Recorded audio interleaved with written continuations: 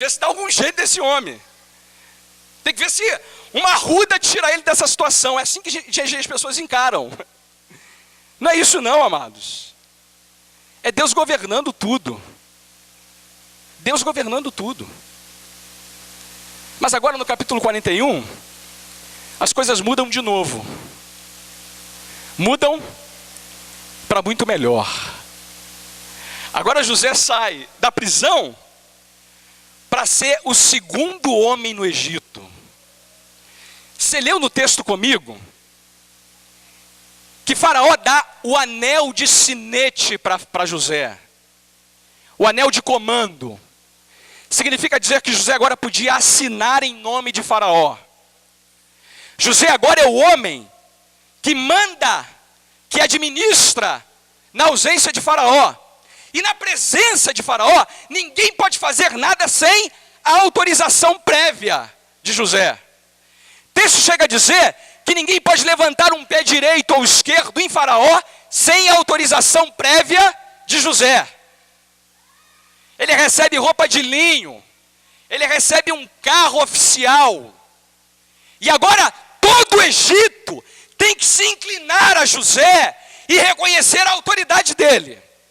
Ele passava e todo mundo aplaudia, se inclinava, tornava José um homem de autoridade sem igual sobre toda aquela terra.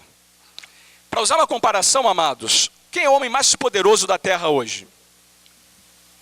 Um homem chamado Barack Hussein Obama, presidente dos Estados Unidos. Imagine o seguinte, se Deus colocasse você para mandar mais do que o Barack Hussein Obama.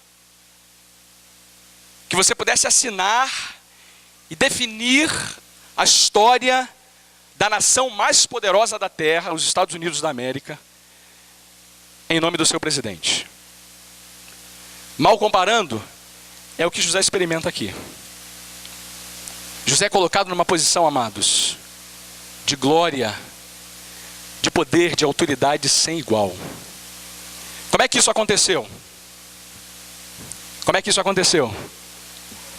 Como é que José foi parar lá? Deus dirigiu tudo. Tudo. E é isso que eu quero que você entenda sobre a doutrina da providência de Deus essa manhã. Uma outra definição que eu quero que você guarde dessa doutrina é essa. Deus escreve certo por linhas certas. Certas. Deus escreve certo por linhas certas. O texto diz que o faraó teve um sonho, né? Não vou ler tudo, não vou lembrar tudo, mas rapidinho o que aconteceu para que José chegasse a essa posição? O faraó teve um sonho. Sabe que toda noite a gente sonha? Os neurocientistas estão dizendo por aí que a gente sonha toda noite. Mas nem sempre a gente lembra do sonho que teve. Esses dias o Daniel chegou para mim e falou assim: papai, eu sonhei um sonho esquisito. Aí eu falei para ele: tá bom, me conta. Não, no carro eu conto. Aí a gente entrou no carro e ele contou. O sonho era tão sem graça. Não tinha nada de mal no sonho. Mas para ele foi esquisito, porque ele não sabia partes do sonho. Então o que ele lembrou tornou a história muito esquisita. A gente não tem a capacidade de lembrar todos os sonhos, mas alguns sonhos marcam a nossa vida, né? A gente guarda o sonho, acorda espantado. Foi o que aconteceu com o faraó. Ele acordou espantado, perturbado. E os sonhos eram o mesmo, a história era a mesma.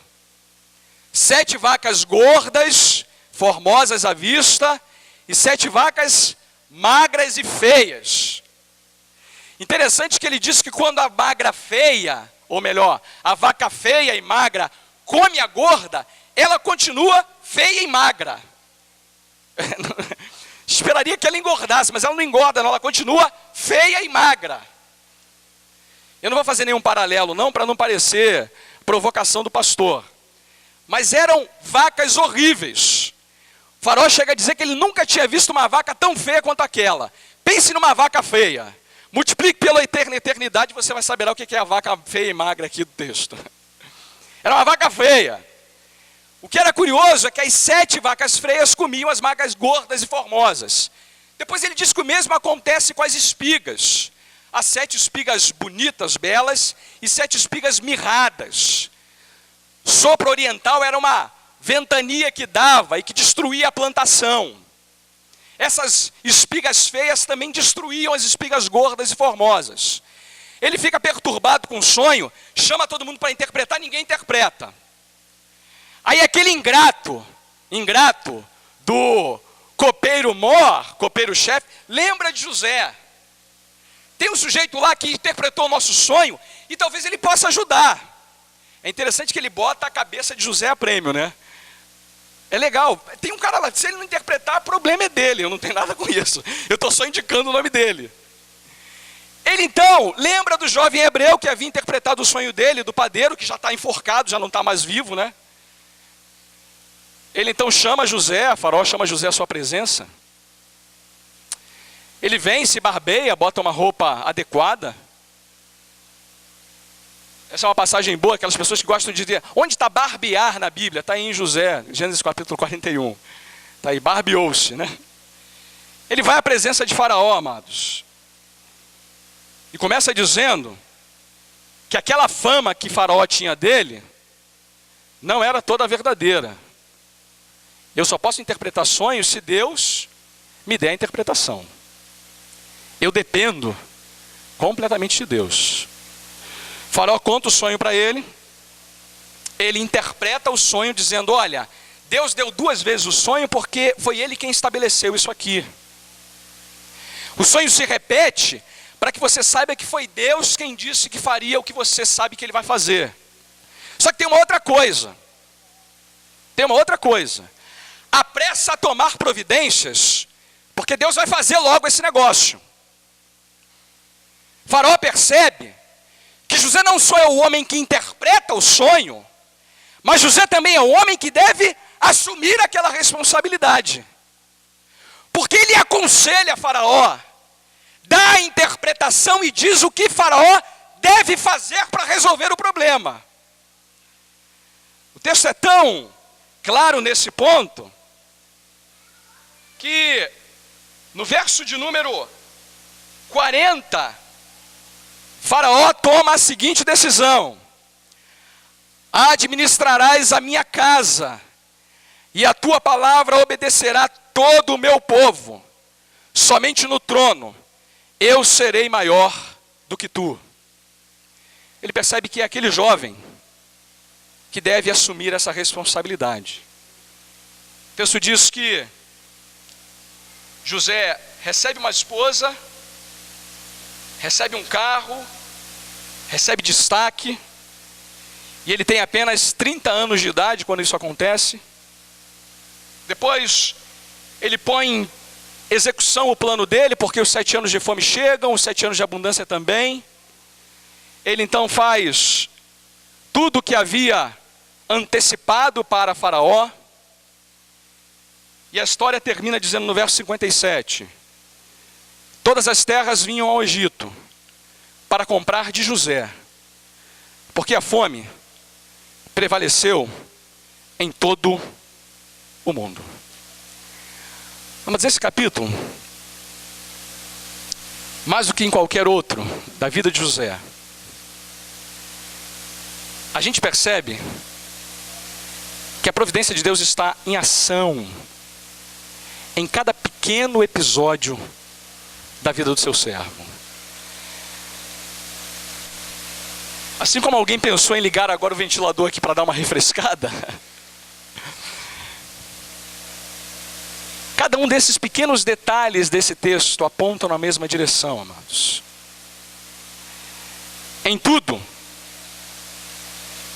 Deus está agindo para o bem de José e do seu povo. Eu tenho muitas lições para extrair desse capítulo para nós, muitas.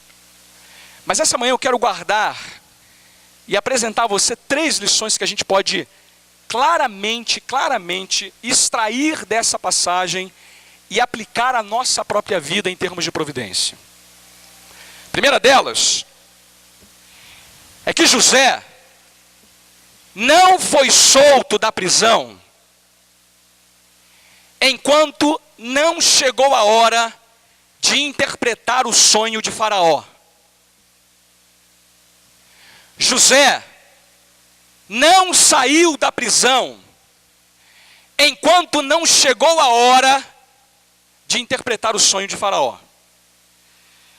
Dá uma olhada no que é dito no verso 1 do capítulo 41.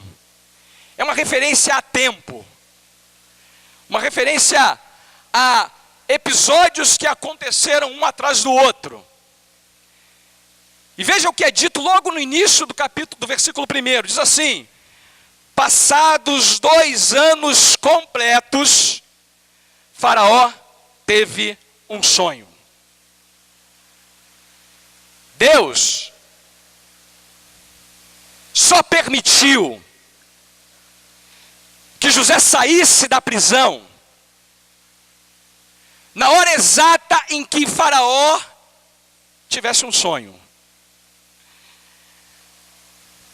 Esses 2 anos a que o texto se refere, são os 2 anos que se passaram entre o dia em que José havia interpretado o sonho do padeiro e do copeiro e o dia em que ele fora apresentado a Faraó. Você lembra, amado, que José havia alimentado no seu coração a ideia que o copeiro-chefe, o copeiro-mor, se lembrasse dele quando ele fosse apresentado a Faraó. Verso 23 do capítulo 40, diz isso para a gente. O copeiro-chefe, todavia, não se lembrou de José, porém dele se esqueceu dele durante 2 anos. 2 anos, José experimentou aquele gosto amargo de ter ficado na prisão esquecido, de ter ficado na prisão ignorado por alguém que tinha todos os motivos do mundo para ser grato a ele. Por 2 anos, José teve que conviver com a ideia que fazia ele acreditar que Deus tinha uma oportunidade sem igual para tirar ele dali. Senhor, por que tu não me tira da prisão agora? Eu já fiz o bem por aqueles 2 homens. Eles estão lá na presença do faraó. Faz eles se lembrarem de mim e me tira daqui, Senhor. Me tira dessa aflição, dessa prisão. Faz as coisas mudarem um pouco na minha vida. Me leva para longe desse lugar. Agora imagine o seguinte. Se o copeiro-mor tivesse se lembrado de José antes desses 2 anos, ele poderia ter comprado a liberdade de José, ter feito José sair da prisão e ele voltaria para casa, voltaria para Canaã, talvez no lombo de um camelo, talvez durante muitos dias teria que se dirigir a sua terra, a sua parentela, e nada do que a gente vê no capítulo 41 aconteceria. José não sairia da prisão antes de Faraó ter o seu sonho. José deveria ficar 2 anos ali para que se cumprisse o propósito de Deus na vida dele. Amados, como isso é instrutivo para a gente, não é? Olha um pouquinho para a sua vida agora, para a minha, para as circunstâncias que a gente tem hoje na nossa vida. A gente quer ter pressa com as coisas, não quer? Quer que elas aconteçam no instalar de dedos. Quanto antes, melhor é a nossa visão. Quanto mais rápido, melhor. Deus se apressa em fazer. Vem ao meu encontro logo. Vem fazer o que eu quero muito que aconteça, mas vem logo. Vem o quanto antes. Amados, Deus não vai tirar você da prisão enquanto não estiver na hora de você interpretar o sonho do faraó. Deus não vai tirar você da aflição enquanto não for a hora dele agir a seu favor. Preste atenção numa coisa de uma vez por todas na sua vida. Deus sempre age no tempo certo. Deus sempre age no tempo exato. Deus sempre vem ao nosso encontro na hora perfeita. Agora, é verdade também que o relógio dele nunca bate com o nosso. Que a hora dele sempre parece para nós tarde demais. Mas não é. Não é? Porque ele sabe escrever certo por linhas certas. José precisava permanecer 2 anos preso. Ser esquecido 2 anos por aquele copeiro-chefe. Para só então, Deus o trazer na presença de Faraó. Amado, pare com essa bobagem de ficar tentando apressar as coisas. Confie que Ele está agindo para o teu bem, mesmo quando as coisas estão demorando. A gente tem que parar com essa bobagem de querer tudo para ontem. A nossa geração não aprendeu ainda a esperar em Deus as coisas. E Deus sempre age a longo prazo. Nada com Ele é para ontem. Nada com Ele é para daqui a alguns poucos instantes. Em geral, os caminhos dele são mais lentos, mais vagarosos do que a gente gostaria que fossem. Mas é assim que ele age. Deixa eu dar um outro exemplo que é muito ilustrativo disso. Você sabe quanto tempo Moisés teve que ser preparado para liderar o povo de Deus lá da libertação do Egito? 80 anos. 40 anos no Egito e 40 anos no deserto. Está com pressa, meu irmão? Entra na fila. Entra na fila, aguarda. Não tenta dizer para o Eterno o que ele tem que fazer. Ele age no tempo certo. Segunda lição. Deus escreve certo por linhas certas, agindo no tempo certo. Mas Deus escreve certo por linhas certas, não dando às vezes nenhuma razão para nós. Durante esse tempo que José ficou na prisão, Deus não deu para ele nenhuma explicação. Isso é surpreendente, amados. O texto diz que passados 2 anos Deus agiu. Mas durante os 2 anos Deus ficou em silêncio. Deus ficou em silêncio. José não ouviu do Senhor nenhuma explicação. Não ouviu da boca de Deus nenhuma justificativa. Deus ficou em silêncio. O que José não fez? Vamos primeiro aprender isso aqui. O que ele não fez? Ele não reclamou, não murmurou, não chorou, não ficou fazendo biquinho, não ficou fazendo pirraça, não apostatou da fé, não abandonou a Deus. José esperou. Sem dúvida alguma, esperou com uma certa ansiedade pela resposta. Mas Deus não deu para ele nenhuma explicação. Como não deu também para Jó. Jó, eu não vou te dar explicação alguma. Confia em mim. Uma coisa, amados, é confiar em Deus quando tudo está às claras. Outra coisa muito diferente é confiar em Deus quando a gente está 2 anos esquecido numa prisão sem ter explicação alguma do que está acontecendo. A providência age dessa maneira misteriosa e muitas ocasiões sem dar explicações. E amados, vamos reconhecer uma coisa aqui. A gente muito facilmente em tempos duros murmura, reclama, põe a boca no trombone, acha que tem motivos para ficar julgando a Deus. Quem sou eu e quem é você para fazermos isso? Quem é você para botar Deus sentado no banco dos réus. O que você sabe sobre o seu futuro? Nada. Então, abaixa um pouquinho essa tua crista e confia. Abaixa um pouquinho essa tua tendência de achar que agora pode ser o dono da situação, porque você não sabe é nada. Deus vê o fim desde o princípio. Agora eu e você não conseguimos entender nem o que está acontecendo agora.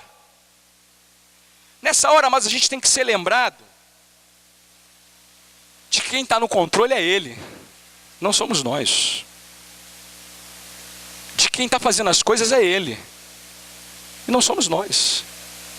E mesmo que Ele não nos dê explicações, razões, Ele escreve certo, por linhas certas. Ele sempre está escrevendo certo. Mas Senhor, por que isso está me acontecendo? E por que eu estou aqui? E por que o Senhor deixou que isso acontecesse? Meu filho, confia, aguarde, espera em silêncio para não falar besteira.